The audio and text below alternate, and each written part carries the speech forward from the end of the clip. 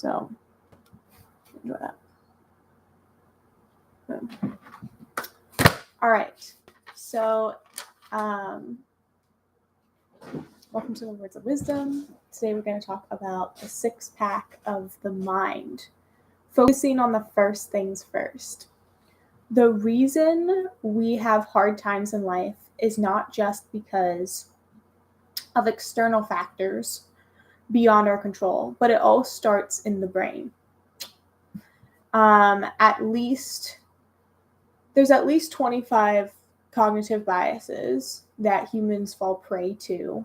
And most of our issues, outside of the ones that stem from external factors, most of our issues are of our own making, caused by one or more of the 25 cognitive biases. The way our brain is wired is not very effective. We have this black and white mentality, this 10,000-year-old mind. We do a lot of things that our ancestors did, but the world is constantly changing, and so you have to be adaptable. And this is how we make mistakes. Louis Zamperini is a great example of that. You should definitely look into his story. Everybody wants the six-pack of the stomach, which is great, but I'd rather have the six-pack of the mind and have a little bit of belly fat. So you have to have first things first. There's a problem of misweighting these days. I read something the other day that said you are statistically more likely to be a millionaire than have a six-pack. Having a six-pack is, or maybe it said having a six-pack, no, it was the opposite. Having a six-pack is harder than being a millionaire. That's what it was. Yeah. So like there are fewer people in the world that have six-packs in the United States than millionaires. Visible six-packs. And I also think that there are very few people that have mental six-packs. But being a millionaire is not as tough as it used to be. As you go through your life, were your thoughts aligned with thinking of the greatest bang for your buck, or were you distracted thinking of clothes, what you have, what people think of you, your TV, makeup, etc., right? You have to think about those things. Can somebody say, tell Evan right now that I'm live on YouTube only? Somebody tell Evan that I am live on YouTube only. Okay. Not that any of these things are not important, but they are more important than, not saying that these things are not important, but are they more important than thinking about how you can double your income, become mentally sharper, learn a new language, vocal skills, a musical instrument, have better allies in life, philosophical thoughts, learn about history. So understand if you're misweighting your time. Instill curiosity. Every person has 16 hours in a day. Some people need to sleep 8 hours. Some people have the ability to sleep a few less. But on average, everybody sleeps about 8 hours a day, which means there's only 16 hours a day that they have at their disposal. With that means you only have 112 hours a week. 16 hours times 7 days a week. You have 112 hours a day, or a week, that you can actually do things when you're not sleeping. And I need all 8 hours every single night. I would say I probably have 100 hours. And it's really interesting. Really successful people, they never say that they're too busy for something that they actually care about. They always find time. They have the same amount of hours every single day, but they always find time for the most important things. And but everybody says that they're busy, right? But the most successful people say that they're not busy for the things that are important. What proportion of your time each day is spent investing in the big things? So your health, wealth, love, and happiness, right? I talk about the 4 pillars of the good life, how they're equally weighted. I'm not telling people to spend exactly 4 hours a day in each of those 4 things, but you're going to see a lot of success, and just have a very well-rounded, great life if you try to at least even things out. Whether that be doing all 4 things every day, doing one of those 4 things 4 days a week, then you would be able to have a balanced life. But you have to figure out what makes the most sense for you.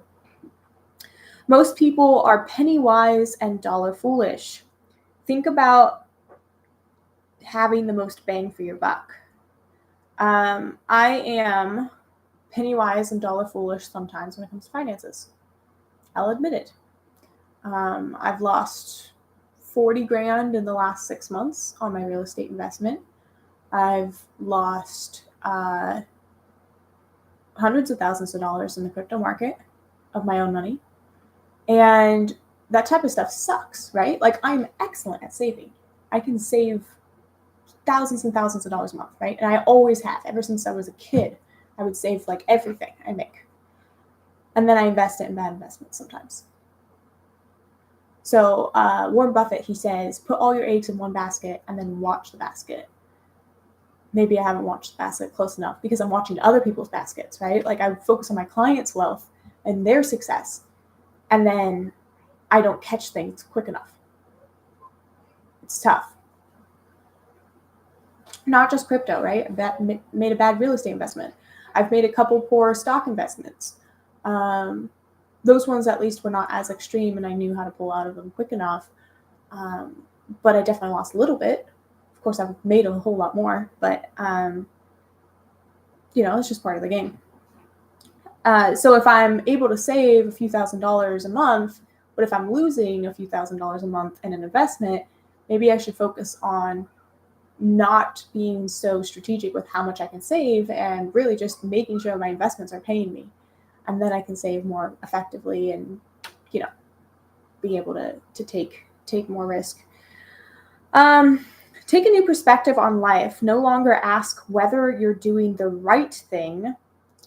Instead, think of opportunity costs. Everything in life is an opportunity cost. If you guys are just joining, hop over to YouTube to watch me go live. I'm right now going over my words of wisdom. Okay.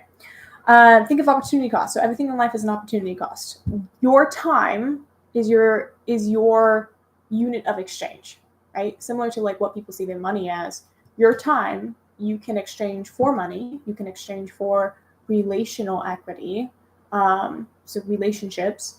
You can exchange for your health. You can exchange for these different things.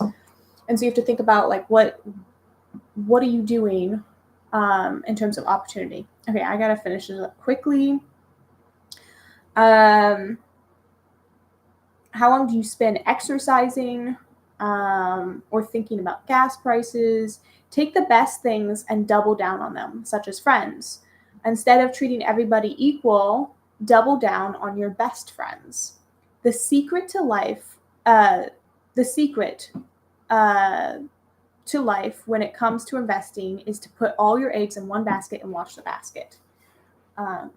Warren Buffett said that, but apparently Andrew Carnegie said it first in my notes.